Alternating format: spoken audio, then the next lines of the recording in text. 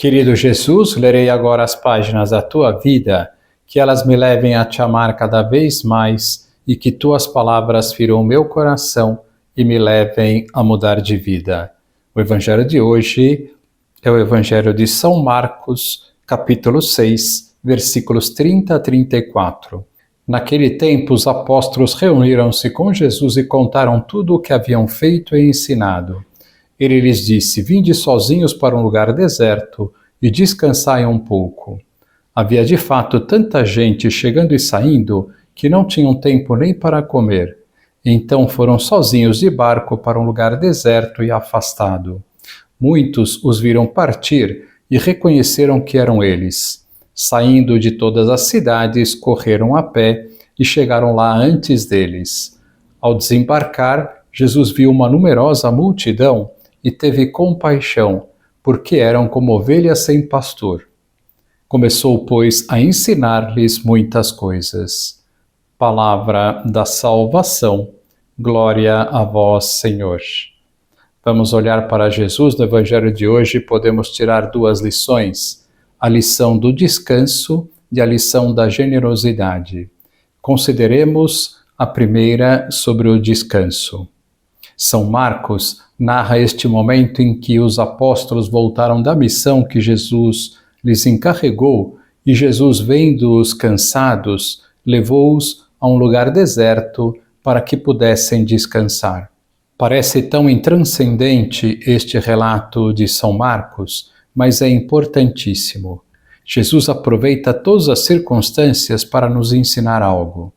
E hoje ensina a importância do descanso.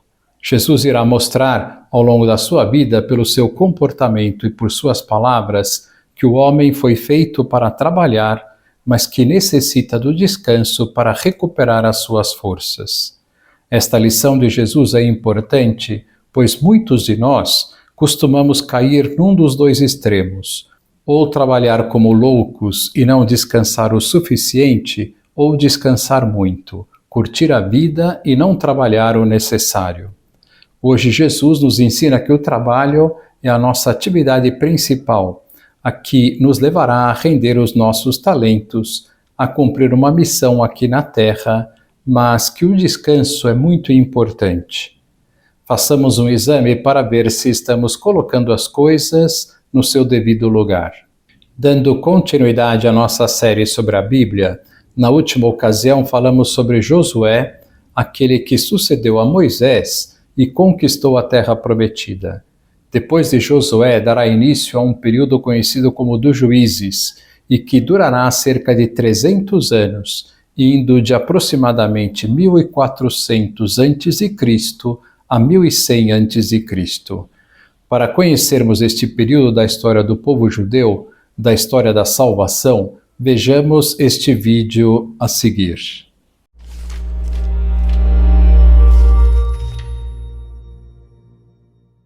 O livro de Juízes. Lembre-se, depois que Josué levou as tribos de Israel para a terra prometida, ele os chamou para serem fiéis à aliança com Deus, obedecendo os mandamentos da Torá. E se eles fizessem isso, mostrarão a todas as outras nações como Deus é. Assim, o livro de Juízes começa com a morte de Josué e, basicamente, conta a história do fracasso total de Israel. O nome do livro vem do tipo de líderes que Israel teve nesse período. Antes de terem reis, todas as tribos estavam sendo governadas por esses juízes. Não pense em um tribunal. Esses eram líderes político-militares regionais, mais parecidos com chefes tribais. E, um aviso importante, o livro de Juízes é muito perturbador e violento. Ele conta a história trágica da corrupção moral de Israel, da sua má liderança e basicamente como eles não são muito diferentes do que os cananeus. Mas essa história triste também pretende gerar esperança para o futuro. E você pode ver isso na maneira como o livro foi projetado. Há uma grande introdução que prepara o terreno para o fracasso de Israel, já que eles não expulsam os cananeus remanescentes. Em seguida, a grande seção principal do livro tem história sobre a corrupção crescente dos juízes de Israel. E a progressão aqui mostra como os líderes de Israel vão de muito bons a regulares e de ruim a piores.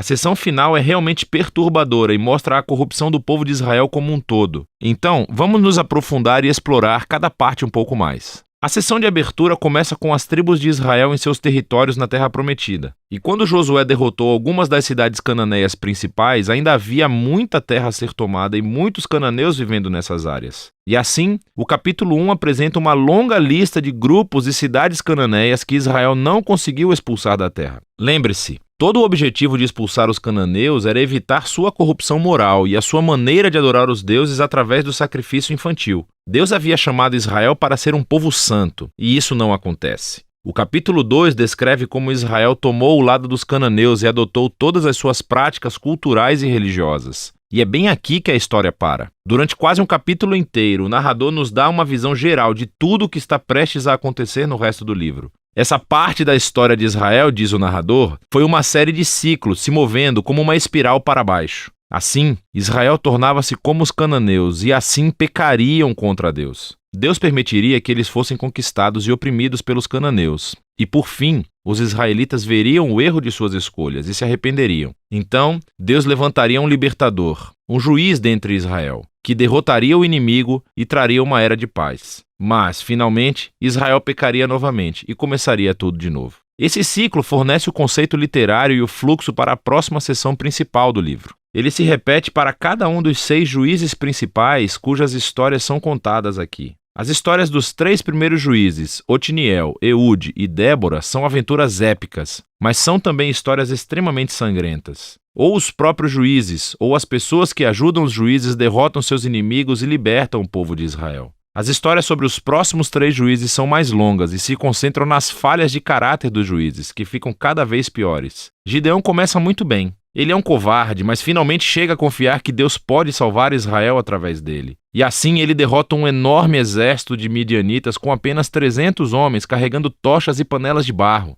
Mas Gideão tem um temperamento desagradável e mata um bando de companheiros israelitas por não ajudá-lo em sua batalha. E tudo começa a piorar. Ele fabrica um ídolo com o ouro que ganhou das suas batalhas, e depois que morre, todo Israel adora o ídolo como um deus, e o ciclo começa novamente. O próximo juiz principal é Jefté, que é uma espécie de bandido mafioso que vive nas colinas. E quando as coisas ficam realmente ruins para Israel, os anciãos vêm até ele implorando pela sua ajuda. E Jefté foi um líder muito eficaz, ele ganhou muitas batalhas contra os amonitas. Mas ele era tão pouco familiarizado com o Deus de Israel que o trata como um deus cananeu e promete sacrificar a sua filha se vencer a batalha. Essa história trágica mostra o quanto Israel caiu. Eles não conhecem mais o caráter do seu próprio Deus, o que leva ao assassinato e à falsa adoração. O último juiz, Sansão, é de longe o pior. Sua vida começa cheia de promessas, mas ele não tem consideração pelo Deus de Israel. Ele era promíscuo, violento e arrogante. Ele obteve vitórias brutalmente estratégicas sobre os filisteus, mas apenas à custa da sua própria integridade. E a sua vida termina em uma corrida violenta de assassinato em massa. Agora, uma nota rápida aqui. Você notará um tema repetido na seção principal do livro. Em momentos-chave, o Espírito de Deus capacitará cada um desses juízes a realizar grandes atos de libertação. O fato de que Deus usa essas pessoas completamente errôneas não significa que ele endossa todas ou até mesmo qualquer uma de suas decisões. Deus está comprometido primeiramente a salvar seu povo, mas tudo o que ele tem são esses líderes corruptos e, por isso, trabalha com eles. Essa seção inteira é projetada para mostrar o quão ruim as coisas ficam. Você não consegue nem diferenciar os israelitas dos cananeus.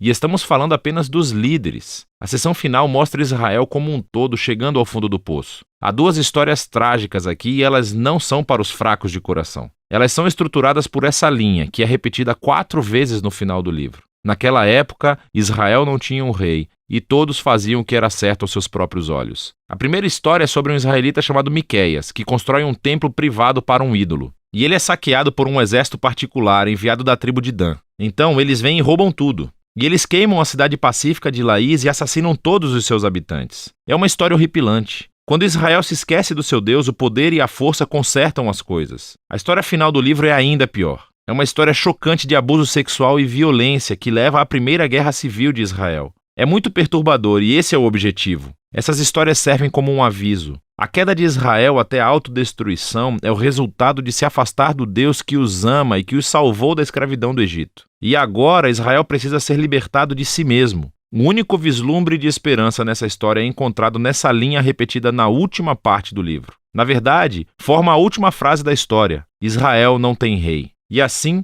O palco está montado para que os seguintes livros contem as origens da família do rei Davi, o livro de Ruth, e também as origens do próprio reinado de Israel, o livro de 1 Samuel. Mas a história dos juízes tem valor como uma tragédia. É uma explicação séria da condição humana e, eventualmente, mostra a necessidade da graça de Deus para enviar um rei que resgatará o seu povo. E esse é o livro de Juízes. Que lição nós podemos tirar considerando este período da história da salvação? Adquirir a experiência de que, sem Deus, nós, o ser humano, cai fundo e comete todo tipo de atrocidades. Tiremos o propósito de nunca abandonarmos a Deus. Agora vos dou a bênção para este dia, a bênção de Deus Todo-Poderoso, Pai, Filho e Espírito Santo, esteja sempre convosco e permaneça para sempre. Amém.